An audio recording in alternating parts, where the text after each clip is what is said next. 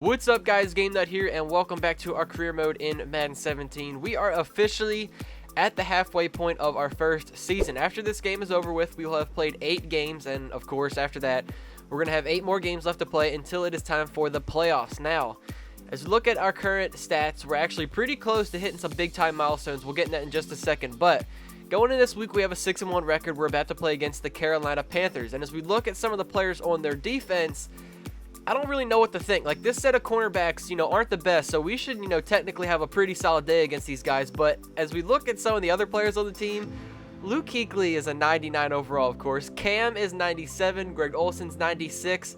I mean, there's definitely some huge players to go against, both on the offense and defense, so we've got our work cut out for us this week. Now, as I was saying about our stats as we go look at this, we are very close to hitting a lot of big-time stats. We are 1 catch away from 50 on the season.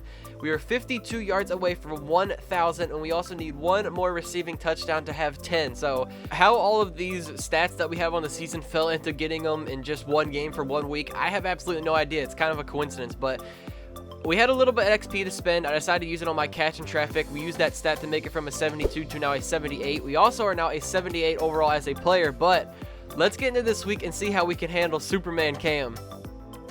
Hello, everybody. I'm Larry Ridley, and this is Madden 17 on EA Sports. We're just about ready to get this one started. Could it be a game where this guy explodes and tears the secondary to pieces? We'll see if he has it in him. It's the Panthers going up against the Rams. With that, let's get you out to Brandon Godden and Charles Davis. They've got the call of this Week 9 matchup. Larry, we haven't had NFL football in this city for 22 years, but football is back here in Los Angeles. Today, we've got a good NFC matchup on tap between the Carolina Panthers and the Los Angeles Rams. Along with Charles Davis, I'm Brandon Godden, and Charles, you look at this Rams team as they interplay. They coming off their very first loss of the year, suffered a week ago. So here we go, jumping into our game. As you just heard the commentator say, we had our first loss of the season last week, which sucks. We could have had a chance for a perfect season. We definitely would have been kind of hard being the LA Rams. But you know what? So far, 6-1's pretty good. Now, we start off with an offensive holding, of course.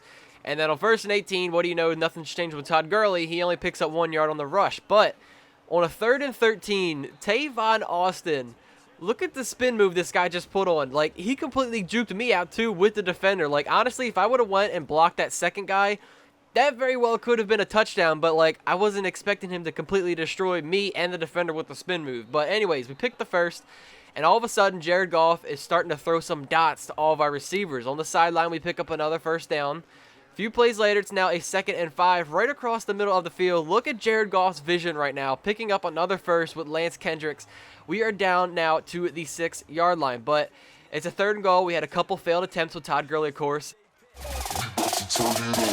We attempted the goal line fade on 3rd and goal. Unfortunately, we couldn't hang on to the catch. He got the better of us on that play, but it's all good. We got a 3-0 lead after such a successful first drive, man. Like, we had to settle for a field goal, which does suck, but like I said, we have a lead 3-0. So we're back out on offense. Okay, you know what? Like, I'm seriously convinced at this point that I have the retarded version of Todd Gurley. Like, he reminds me of Trent Richardson. He ran directly into the man I was holding for him. So I was setting a block, but instead of going around finding the open hole, he goes right to the dude I'm holding for him and just falls to the ground. Like, I'm really sick and tired of seeing how poorly Todd Gurley is performing for us in this career. Like, it's really getting on my nerves. But after a first down, it's now 2nd and 16. I'm completely done with this offense, man. I don't want to be a part of this team anymore. Can someone please trade me? Dude, Jared Goff was perfect up until this point. He was throwing dots to every one of our receivers, but as soon as he throws one to me, he throws it behind me. Now, what does this play remind you of? This was last week against the Giants. The same exact play. It looks like the actual same exact play. I'm saying like it was like, you know what I'm saying. It was the same play, the same route I had to run, and he throws it behind me and lets the defender intercept it for a pick 6. 1st and 10. And now on the pitch, the ball's loose, and it's picked up by the Panthers. Is this real life? Like, this isn't really happening right now, is it? Jared Goff hits me on the top of the helmet. Like, he can't even give me a good pass at any point during this game. Now, mind you, that might be my actual character in game, not making a good play, not putting his hands up, but still, Jared Goff didn't throw the pass in front of me. He hits me on top of the damn head. Like, this dude's really getting on my nerves. But as you can see, continuing back out on the next drive, it's just like every other one of our receivers is like on fire. Like, look at this. Like, he's just throwing dots all over the field. He's got 125 passing yards, but he throws it to me, and it's just bad things happen. I don't really know what's happening with this offense. So as we come back out on 2nd and inches, he throws it to Lance Kendrick. We're down at the 4-yard line, so we're going to attempt this goal line fade again. Oh, and a bad throw there. It's intercepted. A great read, and it's picked off. What the hell was that? Are you serious, Jared Goff? I really wish I could be traded to a different team at this point. Like, again, he throws a pass to me. What an awful goal line fade that was. That's probably the worst fade route I've ever seen thrown by a quarterback. We're going to move on. So somehow our defense comes up with a turnover. Don't ask me how. Again, Jared Goff is, going to continue dotting up our receivers. We get to the 1. We're going to see if he can get a quarterback sneak, and, well, what do you know? Jared Goff can't do that. Anyways, back out on 3rd and goal. We're going to give Todd Gurley another chance to see if he can run this, but nope, his inner Trent Richardson comes out of him again. He goes completely into the defensive line, and to make things worse, the field goal gets blocked. So we're going now into the second half of this game with just 3 points. The offense is just a complete mess. We got to try and get ourselves involved a little bit more, even though Trash Can Goff isn't doing a good job of that. We go with the wide receiver screen. Somehow we only pick up 2 yards. That was definitely bad by me. I could have gotten around that defender, I think, for sure. I throw in the white flag. Get me off this team. See ya. And it's picked off. And he's able to take this one back to the 36-yard line. Interception number 3 for Trash Can Goff at this point.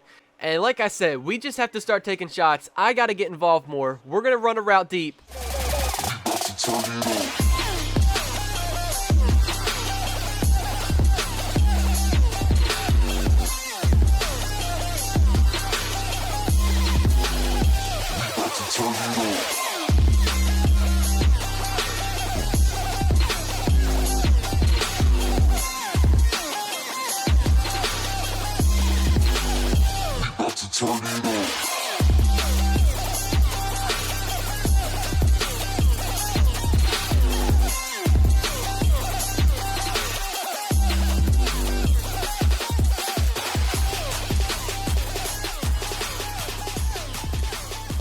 So we finally do something productive on this offense. Goff actually throws us a good pass. We completely use nothing but our speed to destroy that cornerback. Don't know who it was, but his career might be over after we just burned him like that. We get the deep touchdown, and it is good being a speedy receiver, man, for sure. Now, we went back to that same play where Goff hit us in the helmet, ended up going as a fumble. It actually worked that time. We got a few yards out of it. And on the next offensive possession, we just started going to work. We put in a lot of catches. You can see right here, the same route that Goff threw a pick 6 to us, he actually threw it in front of me, and I actually got some yards out of it. Maybe he's starting to finally learn. Now, on 3rd and 2, I thought Todd Gurley could pick up the first, but clearly I was wrong. I think I'm done watching Todd Gurley run. Like, I'm sick of seeing it. Now, we have to go no huddle on 4th and 2 to get back into this game.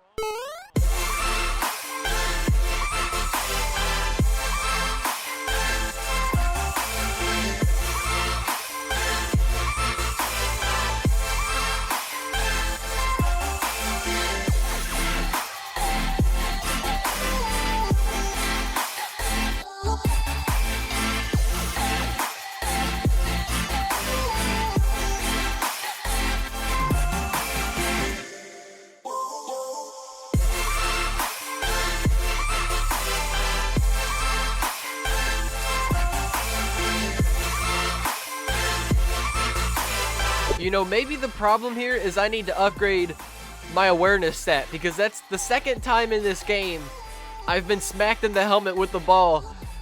But what an insane play that was, to get hit in the helmet with the ball, but then to actually still realize where the pass was going, catch it right out of the air, and take it for a touchdown. That was a wild play for sure. Now, although we were finally starting to get in our groove on offense, we had 2 receiving touchdowns in the second half. The Carolina Panthers got the ball in that next offensive possession, and they ran out the clock. We didn't even get a chance to get the ball back. see if we could tie this thing up, put in the overtime. Defense didn't get the job done. They couldn't get us the ball back on offense. We take now our second loss of the season, which is now 2 in a row. The final score of this game was 24-17. That was a rough game. Now, we finished with 5 catches for 108 receiving yards.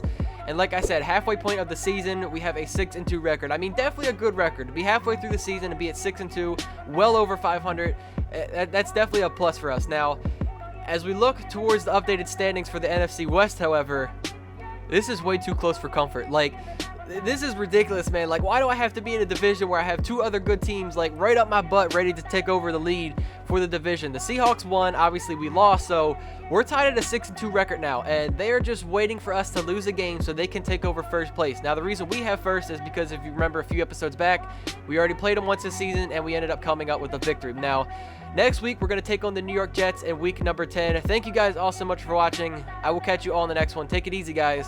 Peace out.